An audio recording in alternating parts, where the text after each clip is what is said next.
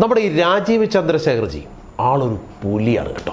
പുലിയെന്ന് പറഞ്ഞാൽ ഒരൊന്നൊന്നര സിംഗം. ശരിക്കും പറഞ്ഞാൽ തിരുവനന്തപുരംകാർക്ക് ഭയങ്കര നഷ്ടമായിപ്പോയി ആളെ ജയിപ്പിച്ചുകൂടാൻ.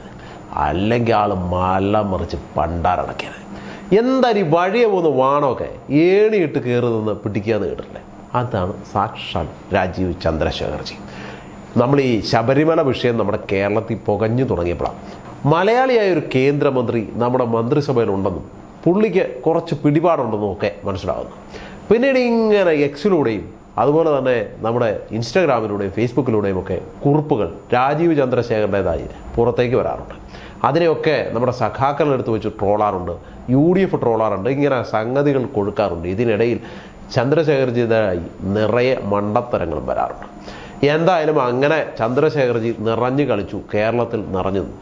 കയ്യിൽ നല്ല പുത്തനുള്ളതുകൊണ്ടും ഇഷ്ടംപോലെ വ്യാപാര സംരംഭ മേഖലകളൊക്കെ ഉള്ളതുകൊണ്ടും BJP കരുതി പിടിച്ച് ചന്ദ്രശേഖർജിയെ ഒപ്പം നിർത്തി. ആദ്യമായി കേരളത്തിൽ ചന്ദ്രശേഖർജിക്ക് ഒരു സീറ്റ് നൽകി.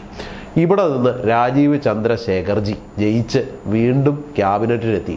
ക്യാബിനറ്റിൽ തന്നെ നമ്മുടെ സുരേഷ് ഏട്ടൻ പറയുന്ന പോലെ ഒരു 10-12 വകുപ്പ് കൈകാര്യം ചെയ്യാനുള്ള ഒരു മന്ത്രിസ്ഥാനം കിട്ടുമെന്ന് പ്രതീക്ഷിച്ച് നമ്മുടെ ചന്ദ്രശേഖർജി അങ്ങനെ ഫൈറ്റിനിറങ്ങി.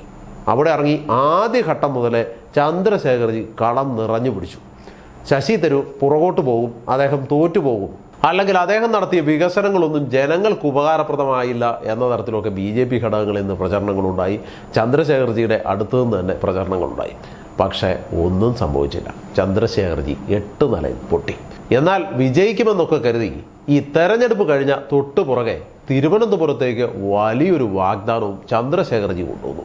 അവിടുത്തെ ഫ്ലഡ് നിയന്ത്രിക്കാനും നഗരത്തെ സംരക്ഷിക്കാനുമൊക്കെയായി അതും കോടിക്കണക്കിന് രൂപയുടെ ഫണ്ട്, കേന്ദ്ര ഫണ്ട് തിരുവനന്തപുരത്തേക്ക് ഒഴുക്കാൻ പോകുന്നു. അങ്ങനെ ചന്ദ്രശേഖർജി ഹിറ്റായി, സൂപ്പർ ചന്ദ്രശേഖർജി എന്ന് തിരുവനന്തപുരംകാർ വീണ്ടും പറഞ്ഞു. അതിനിടയിൽ കേരളത്തിൽ പ്രളയത്തിൽ മരിച്ചവർക്കെല്ലാം ആദരാഞ്ജലികൾ എന്ന് പറഞ്ഞ് അറിയാതെ ചന്ദ്രശേഖർജി എക്സിലൊരു പോസ്റ്റ് ഇട്ടു.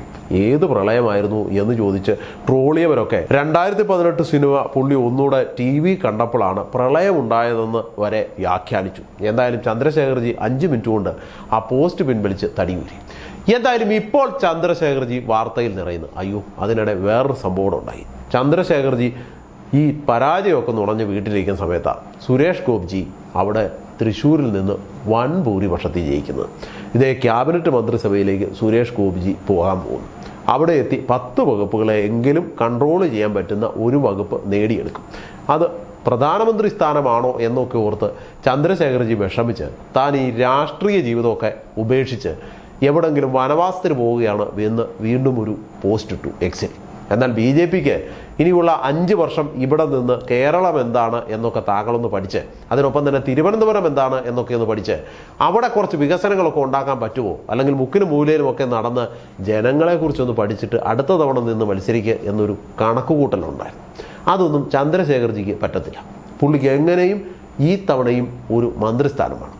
എന്നാൽ BJP ഈ മുന്നണികളെയൊക്കെ സന്തോഷിപ്പിച്ചും അവരെയൊക്കെ തലോടിയുമാണ് ഈ ഒരു മന്ത്രിസഭ മുൻപോട്ട് കൊണ്ടുപോകുന്നെന്നുള്ള കാര്യം ചന്ദ്രശേഖർജി ഇടയ്ക്കിടയ്ക്ക് മറന്നുപോകും. അങ്ങനെ സങ്കടം മൂത്ത ചന്ദ്രശേഖർജി താൻ ഈ രാഷ്ട്രീയ ജീവിതമൊക്കെ അവസാനിപ്പിച്ച് ഒരു വനവാസത്തിന് പോകുകയാണ് എന്നൊക്കെ പറഞ്ഞെങ്കിലും ഇത് അസൂയ കൊണ്ടാണെന്ന് ചില അവന്മാരൊക്കെ പറഞ്ഞുണ്ടാക്കി. അത് കണ്ട ചന്ദ്രശേഖർജി ആ പോസ്റ്റും പിൻവലിച്ച് അടുത്ത പോസ്റ്റിനായി കാത്തിരിക്കുന്നു.